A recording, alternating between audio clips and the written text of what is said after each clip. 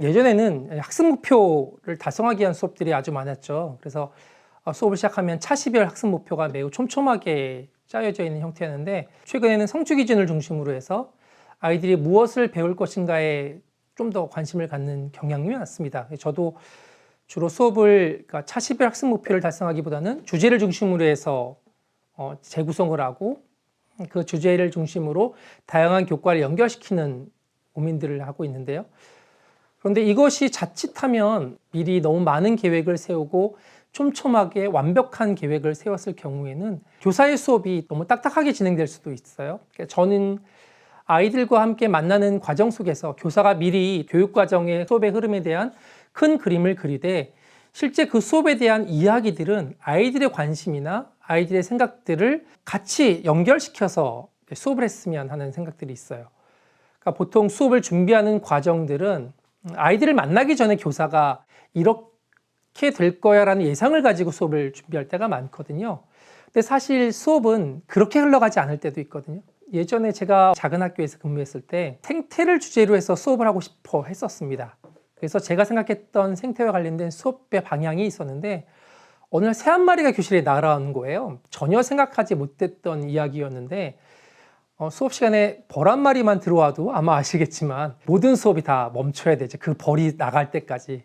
새 한 마리가 들어왔으니 어떻게 했어요, 그 수업이. 그 새가 나갈 때까지 다들 멈춰서 막 그랬겠죠. 그래서 처음에는 그냥 새가 들어왔네, 이 학교는 새도 들어오는 학교구나, 이래서 새를 잡아서 다시 풀어줬는데, 복도에서 이번에는 발견됐어요. 그러니까 아이들이 선생님이 새를 잡았다고 이제 난리가 났고, 다 같이 들어와서 막 같이 구경하기도 하고, 근데 그 새 이름이 뭐예요? 라고 물어봤는데 제가 잘 모르겠는 거죠. 이럴 때 선생님들이 가지고 있는 최고의 스킬, 한번 찾아보자. 너희는 어떻게 생각하니? 한번 알아보자. 같이 알아보자. 라고 돼서 사진을 찍어 놓은 걸 가지고 한번 관찰해보고 살펴보니까 그 새 이름이 박새였더라고요. 그래서 그때 제가 했던 수업들을 다시 다 돌아보게 됐습니다. 제가 생각했던 생태 환경에 대한 수업은 우리 학교의 이야기가 아니라 보편적인 이야기를 가지고 수업을 했던 거죠. 뭐 쓰레기를 버리지 말아야 되고 환경을 지켜야 되고. 그런데 우리 학교 주변에 새가 살아가고 있는 거죠. 아이들과 함께 제일 먼저 한 일은 우리 학교 주변에 어떤 새가 살고 있는지를 찾아보는 일부터 시작을 했어요.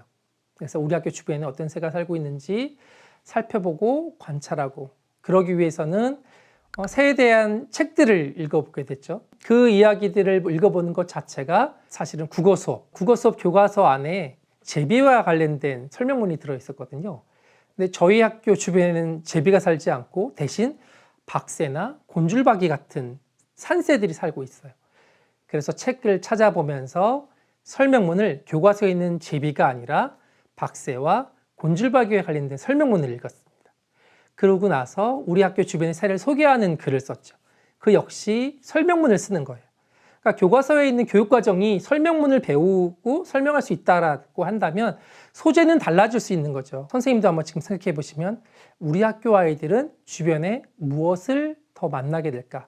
아이들의 삶과 연결된 설명문을 쓸 수 있을 것 같습니다. 거기서 조금 더 확장해 보는 거죠. 그 다음 단계에서. 저는 새를 만났고 새와 관련된 설명문을 썼으니까 아이들과 무엇을 하고 싶은지 물어봤어요. 아이들이 제일 많이 하고 싶었던 것은 그 새를 키워요 라는 이야기죠. 그런 엉뚱한 이야기들을 가지고 다시 한번 이야기를 나눕니다. 그러면 산새를 우리 교실에 키울 수 있을까? 그런 이야기를 같이 나누는 거죠. 새들은 어떻게 살아가고 있고 어떤 습성을 가지고 있는지 이야기를 나누고, 그러다 보니까 새를 교실에 키우는 건 어렵겠구나. 대신 새를 가까이서 보자.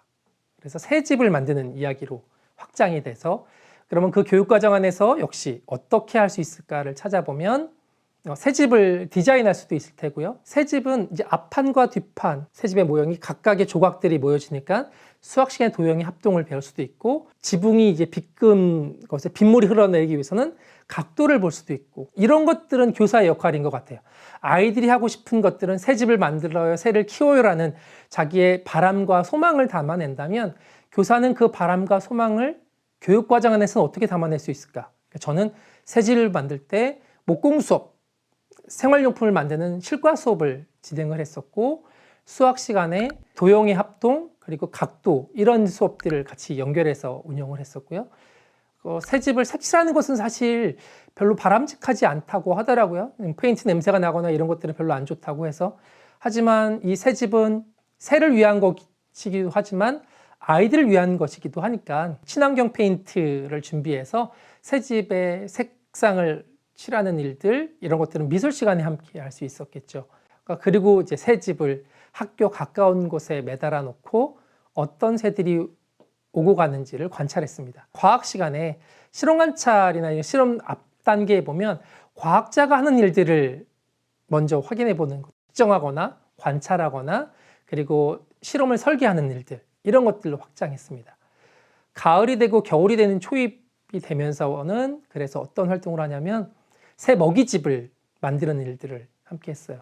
새들은 어떤 먹이를 먹을 것인지 다양한 먹잇감을 준비해 두고 각각의 새들마다 먹이를 먹는 것이 조금씩 다르거든요. 좁쌀이나 땅콩 같은 걸 좋아하는 새들도 있고 과일을 좋아하는 새들도 있고, 그런 먹이들을 준비해 놓고 요즘에는 타임랩스 기능이 아주 잘 돼 있어서 구형 스마트폰 같은 경우에 옆에 타임랩스 기능을 설치해 놓고 어떤 새들이 오고 가는지를 같이 관찰해 보고 먹이가 없어진 걸 보고 확인해 보기도 하고요.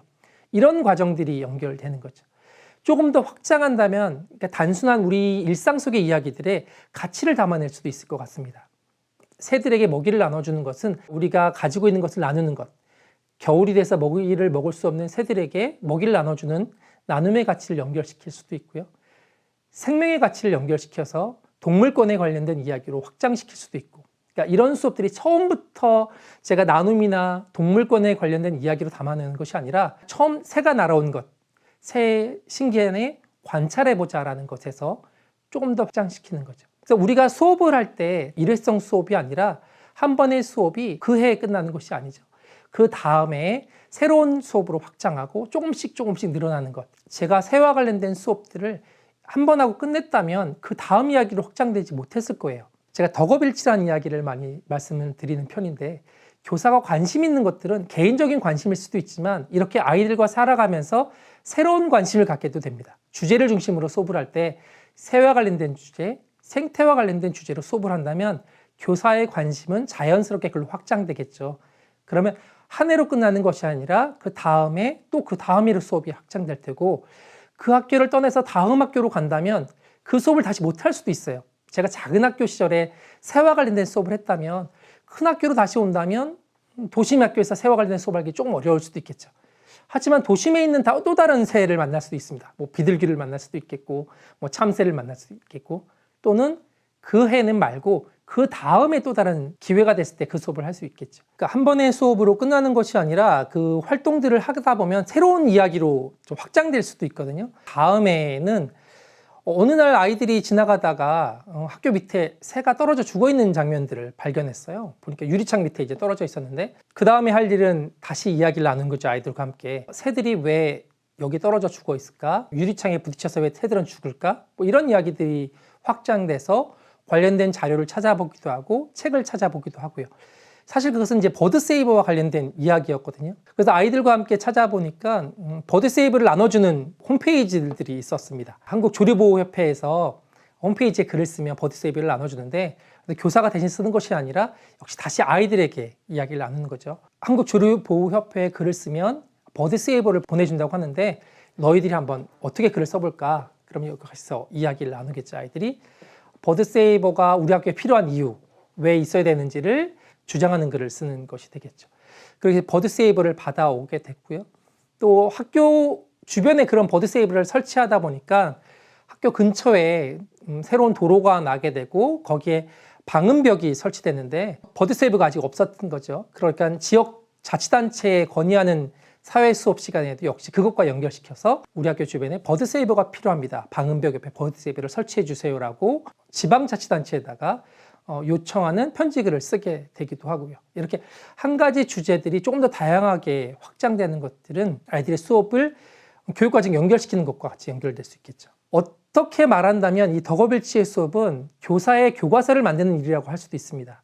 모든 학교가 똑같은 교과서로 똑같은 수업을 하는 것이 아니라 성취 기준을 중심으로 해서 교사마다 새로운 교과서를 만들어가는 과정, 그것을 위해서 조금 더 깊고 넓게 공부하는 일들을 해나간다면 선생님들의 한 해 한 해 아이들을 만나는 그 과정들이 선생님만의 특별한 교과서가 만들어지지 않을까 그런 생각이 듭니다.